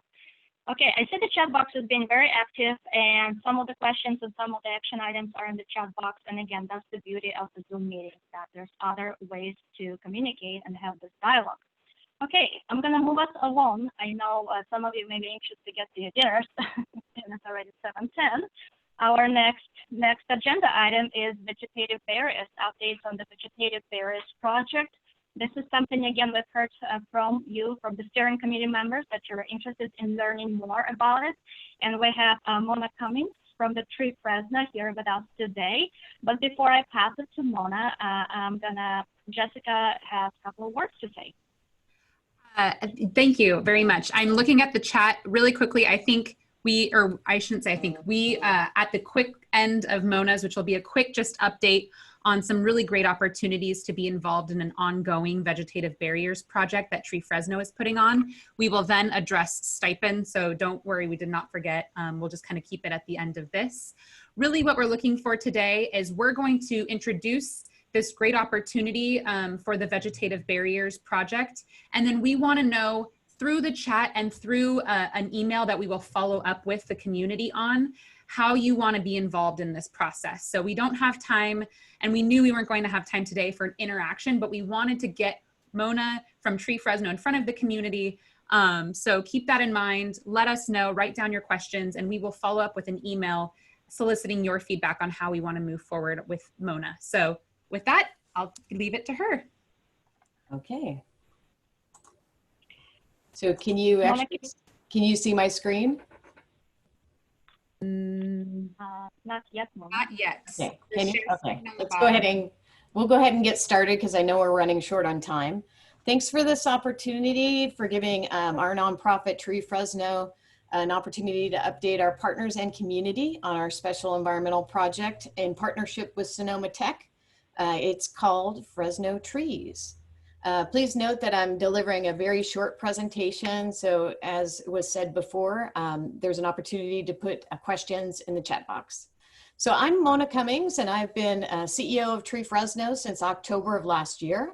Tree Fresno is an organization committed to transforming the San Joaquin Valley with trees, greenways, and beautiful landscapes. We've planted about 50,000 trees in the Central Valley since 1985. So in 2016, Sonoma Technology and Tree Fresno came together to begin evaluating how well vegetative barriers using trees and shrubs protect people from exposure to air pollution downwind of major roads. So near road air pollution has emerged as one of the most important air quality issues, especially for roads with substantial truck traffic, as was mentioned before. That same year, CARB approved our project as a supplemental environmental project, or SEP, which allows community-based projects to be funded from a portion of penalties received during the settlement of enforcement actions. SEPs can improve health, reduce pollution, increase environmental compliance, and bring public awareness to neighborhoods most burdened by environmental harm. So our SEP is called the Fresno Trees Project, and it's a shared responsibility. One, tasking Sonoma Tech with the work of measuring air quality in areas with or without near road vegetation. And two, tasking Tree Fresno with planting of more than 3,000 trees and model vegetation. We expect this work will serve local, state, and federal agencies in quantifying vegetative barrier benefits. The Fresno Trees Project takes place in Fresno County, the county which is most heavily impacted by environmental justice concerns, according to Cal EnviroScreen rankings, which ranks census tracts based on exposures to pollutants, adverse environmental conditions, socioeconomic indicators, and prevalence of health conditions. So for the Fresno Trees Project, Sonoma Tech uses traditional air quality measurement equipment to monitor concentrations of black carbon. Studies show that vegetative barriers can reduce particulate concentration levels downwind of major roads in two ways. One, as air passes through the barrier, the vegetation can filter or remove airborne particles. And two, a dense vegetative barrier can force traffic-related pollution to flow up and over the barrier, lofting the pollution plume higher into the air and giving it time to disperse and become less concentrate as it travels to downward locations. Caltrans data indicates that the Fresno area has between 5,000 and 18,000 heavy-duty trucks traveling daily on each of the state highways 41, 99, 168, 180, with Highway 99 having the highest daily truck count. Given the scientific understanding of near road problems, we will measure the pollution at several locations, 150 meters of Fresno area highways within that distance and adjacent to heavily traveled traffic ways. Urban Fresno can be a tough landscape for plant survival. Tree Fresno chooses large canopy, extremely hardy tree species, which can withstand the challenges of drought and minimal landscape maintenance. Example of trees that we utilize are the Italian stone pine, Mondale pine, camphor, and deodar cedars. We like evergreens. This year, our partnership has resulted in the planting of 148 new trees along Highway 99, split between the city of Fowler and Fresno, plus 61 more trees on the campus of Tehipity Middle School in Central Fresno. This is actually a tree planting map of Tehipity Middle School. This is in Central Fresno where Highway 180 and 41 intersect. I'd like to point out that suitable locations need to be approved by agencies responsible for those properties. For example, in the case of Tehipity Middle School, we work closely with the Fresno Unified School District to install the trees and irrigation. Long-term maintenance and care of trees and shrubs is always taken into consideration. As mentioned before, that Fresno Trees Project sites are always located near busy roadways, and the American Lung Association reports that Asthma affects 24% of children in Fresno County. A second vegetative barrier was completed in Fowler, right here. It includes 2 ponding basins adjacent to Highway 99. We chose deodar cedar, a very large evergreen tree that can have a lifespan of over 100 years and reach 50 feet tall with a canopy of 30 feet. This is a picture of our Tree Fresno team responsible for putting in the Fowler Basins project. City of Fowler has been a magnificent partner with Tree Fresno, where we planted over 100 trees. Fowler has also partnered with Tree Fresno on the creation of a highly ambitious community landscapes plan, which was funded through Fresno COG. Our third project, seen here, was completed recently near the convergence of California Street and Highway 99 in Fresno. This work required a partnership with Caltrans, as their irrigation systems are highly mechanized. We planted 44 Mondale pines at this location, a highly drought-tolerant species suitable for rugged roadside environments. Last but not least, the Fresno Trees project has a couple of educational components designed to complement our work. We're most excited about a new partnership with the Fresno Metro Black Chamber of Commerce, which has been created to address climate change impacts that disproportionately impact disadvantaged communities of color through a comprehensive community-led process.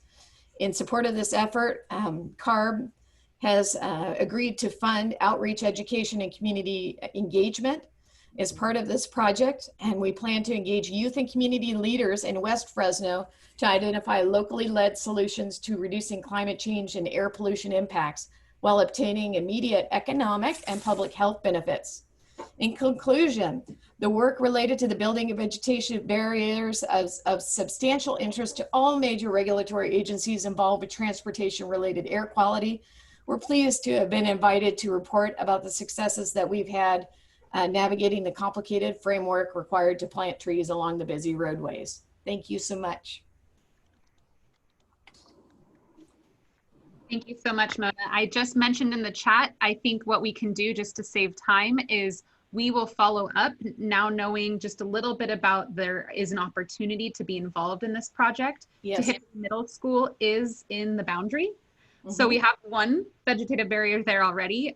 So I think what, you know, we know there's an opportunity, and I know Mona, correct me if I'm wrong, but this committee can really help steer where we place some more vegetative barriers. Yes, as you heard, we need to plant 3,000 trees. We've started with 150 this year, and then we're getting ready to start, hopefully very soon, Kirk Elementary School. So thank you for the opportunity, and feel free to reach out at any time. Thanks, Mona, for being here and sharing this excellent tree planting and news and updates. And yes, folks, the screen share did not work out. Apologies, technical glitch. Monday, I have no technical glitch. Yeah. Oh, okay. Okay. It's okay. It's okay, Mona. Okay, so I do have 2 hands. I have a hand from Estella, and I have a hand from Lisa Flores. Estella, your hand was first. Go ahead. Sí, le quería comentar a la señora de la organización de los árboles que yes, I wanted to comment to the lady for the trees. Sí, una residente me comentó que habló para que le donaran un árbol para plantarlo en su casa y no le quisieron regalar el árbol porque supuestamente ya no tenían fondos. A Fresno resident actually asked for her for the tree lady to donate her a tree, but they declined her because they said they didn't have any more funds. What we do have, we have funds that are targeted at specific locations. So it could be that her address didn't qualify for the funding for the tree, but we do our best to actually get trees out the door. So I don't know her specific circumstance, but our trees, which are provided by CAL FIRE, are actually targeted at specific zip codes that are highly affected by, obviously, air pollution and other factors. Thank you, Mona. Okay. Sí, esta residente vive en el mapa, está en el área del mapa que se necesitan árboles. Por eso ella fue y pidió el árbol. Yes, this person lives in the map where it says that they can have trees. That is the reason why she asked for trees. Well, I can't really comment about her specific circumstance because I don't know who she is, and we are only 2 people who answer the phones here, so she's welcome to call back and talk to me personally. Absolutely. We want to get trees in the neighborhoods. So what about the Spanish speakers? Are you able or someone in your staff to speak Spanish? We can accommodate, yes. Thank you. Okay. I see the hand from Lisa Forrest and another hand from Sylvester. We have about 2 minutes before we move to our wrap up. So Lisa and Sylvester, if you can be brief with your comments, questions, much appreciated. Lisa?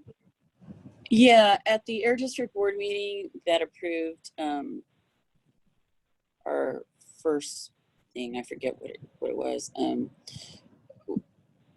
The staff was looking at how to plant more trees in the area, and I had suggested they look at the Centennial Project through Caltrans down in Bakersfield.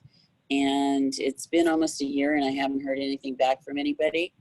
That's the first question. What happened to that? Did that just go in someone's posted and in the trash, you know? I'm trying to find solutions and I'm not getting any feedback to any of the things I'm suggesting. The second question, Mona, are you or have you looked at the Centennial Project? Because the Centennial Project down in Bakersfield through Caltrans for their mitigation actually gave trees away to people in the community for free. You know, if you abutted the project, you got trees if you needed them and if you wanted them to plant. So we have trees for free to give away through a grant from CAL FIRE. So I haven't looked at that specific project, but I applaud it. And we have opportunities also through high-speed rail to provide trees to communities. And individually, we just need to talk about the place it's going to be planted and if there is irrigation. So irrigation needs to be in place for free trees to be given.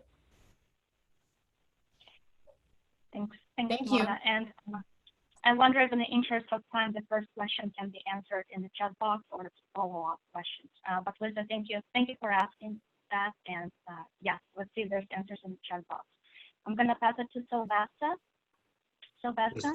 Yeah, I'll be real brief. Thank everyone. I just want to quickly tie some things together so we don't rush over some very important opportunities.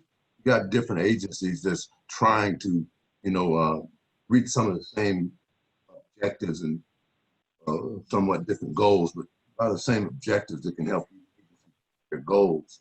As we talk about the city of Fresno truck rerouting study that relates to CARB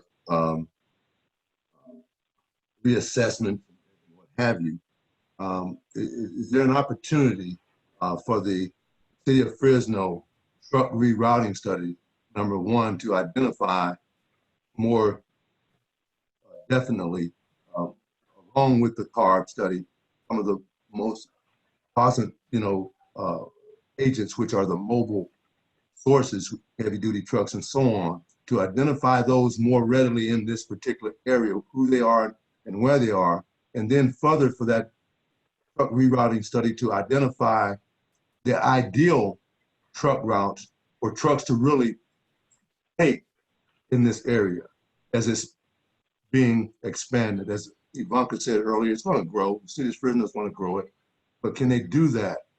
Identify those ideal truck routes in this study. Also, can there be an effort to, once you identify those truck routes, I also identify each level of further development in this area, commercial development, and the truck traffic impact on the receptors in the area.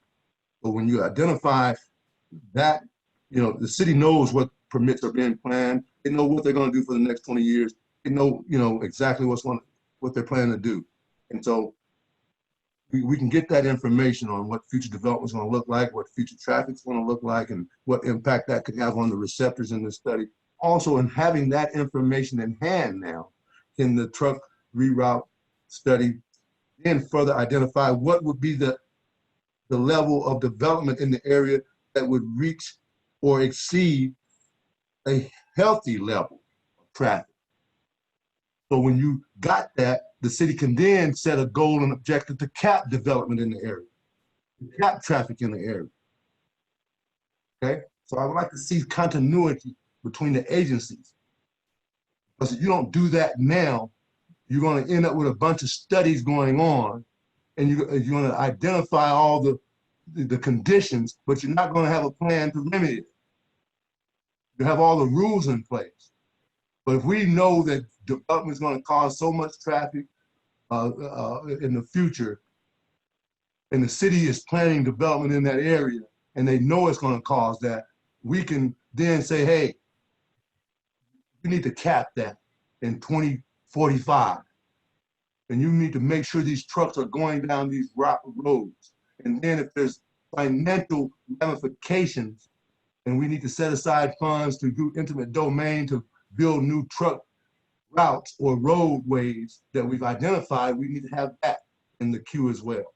So again, I'll leave it at that. I know that's a lot, but hey, from a strategic level, it's all about having a plan to succeed at the end, not a plan, you know, just to plan again, you know. So again, I thank everyone for that. Sylvester, thank you. Thank you for sharing your position. I totally respect that, and some excellent action items as well. And most of them we probably can talk about in our truck rerouting study subcommittee. So but again, we wrote it down, and it's going to be reflected in the notes, all the action items that you mentioned. Thank you for that. Okay, I see that Vinny's hand went down. Vinny, I did see your hand being there for a while, and just wanted to take one last final comment before we move to the wrap up. So do you still have a comment or question, or it's been addressed in the chat box? Actually, I put it in the chat box, but really quickly, I'm just interested in knowing what's the process for securing trees if you already have a project and you have committed funding. And so I did make a call to Tree Fresno. I wasn't able to get that information, so I just wanted to be clear on what the process is. Thank you. Is this question for me, I assume? Yes. Yeah. So is this a home or is it an actual large project? What is it? It is a community project. Okay. So so it depends again on the location and guaranteed irrigation. So, and it depends on how many trees, but we do have funding for from CAL FIRE to actually distribute trees. We don't usually do it with individuals. We do it with cities, counties, major projects, school districts, et cetera, individual schools. But we have opened up the availability to homeowners and individuals who will provide irrigation for those trees because they have to have irrigation to survive in these Fresno summers. Mm-hmm. So please contact me directly at Tree Fresno. Okay, I will do that tomorrow. Thank you. Thank you.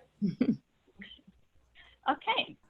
Thank you. Excellent questions. Excellent discussion. Yes, it's still, the time is just flying by. It's still that 2 hours is just not enough. Okay, I'm going to pass it to the Air District because they do want us to give you some updates on September CARB board updates before we wrap up. Yeah, I'll quickly go over that and then I'll pass it to CARB to address the stipends question. I know that's been on everyone's mind. I was just going to remind folks, especially those who have been involved and were involved in our February update or CARB's February board hearing.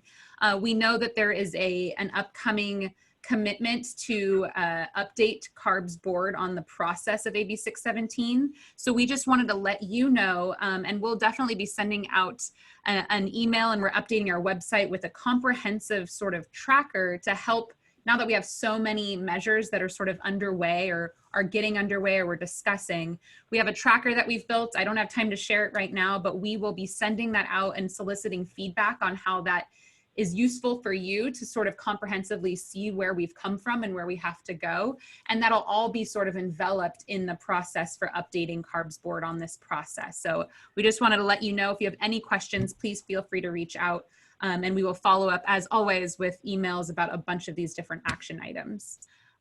So with that, I'll pass to Vernon or anyone else from CARB. I'm assuming Vernon, to address the stipend comment. Yeah, hi everybody. This is Vernon Hughes with CARB. Yeah, we are continuing to work on the stipends question on really two parts to that. One is the mechanism. What's the process by which it could be done, and the other is the funding source. The mechanism that we've been talking about the last few weeks is we need to go out with a competitive bid project or contract, I should say. I think I mentioned that last time, and that mechanism would take 4 to 6 months or so. So then we started looking at potential modifications to existing grants and whether those grants had a stipend clause already in it that we could take advantage of. So that's two separate issues, looking at contract mechanisms. Of late,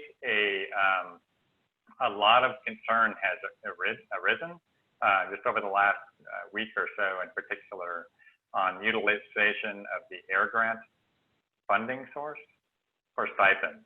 And we're seeing this concern from community members. So that's something, that's really the latest of where we're at this point. Again, mechanism and funding source. And with that, if there's questions, I'll take questions with whatever time we have left. But that's really the long and the short of where we stand on the stipend question.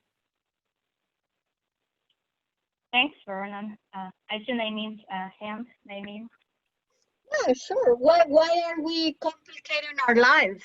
I would say for like the 10th time, the Imperial Valley, the Bay Area did it, and they did it out of the implementation funds from the Air District. So just follow that model. Tell the San Joaquin Valley Air District, tell the South Coast, they will use part of the implementation funds to pay for those stipends, and stop complicating the process and going back to an administrator and all these 9 yards. It's not fair. The community grants were approved to clean the air in communities that are not selected for like we are, like Fresno or Stockton or Chapter.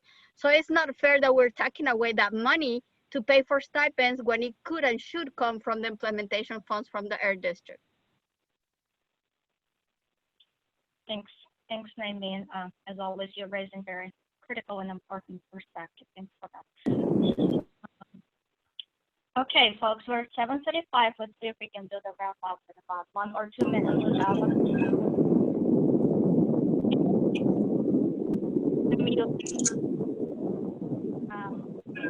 You must mute, folks. I see a lot of background noise. Okay, folks, what we're asking for you is to volunteers to co-host our next meeting in August or September.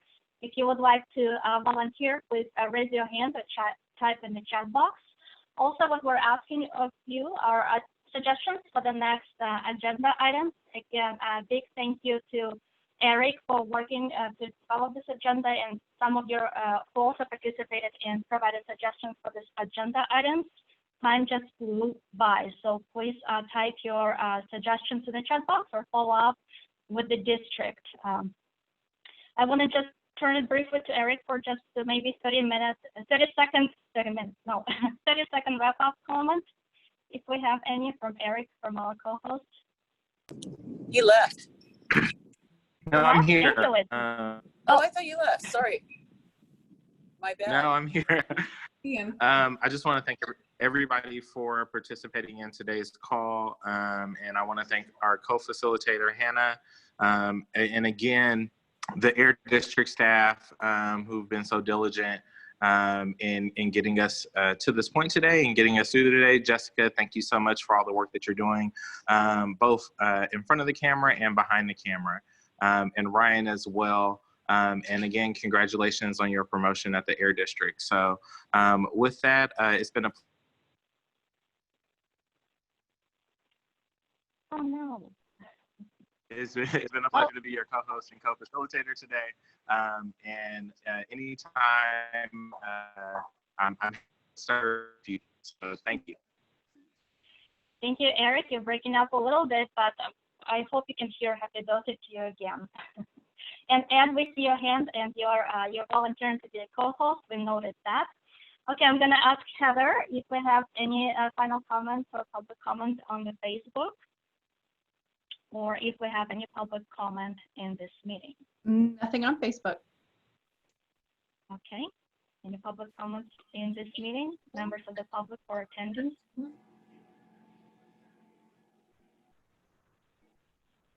I hear and see none. Okay, our next meeting is on August 12th, and it's going to be Zoom meeting. And with that, we're a little bit over time, about 8 minutes. Apologies for that, but everyone have a great evening, and we will see you on August 12th and even earlier in the subcommittee meeting. Have a good evening, everyone. Goodbye.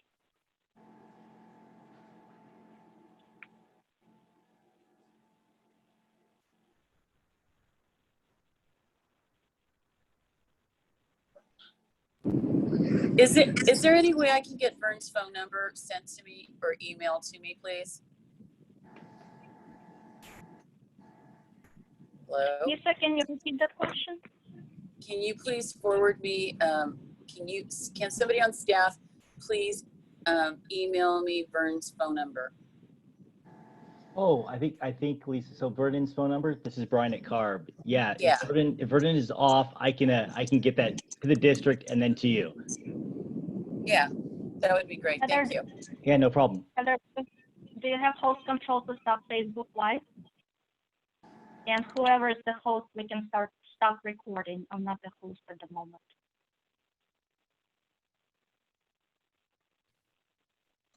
I believe it's Erica. Erica? Okay. So let's see if Facebook Live is still going and we're recording.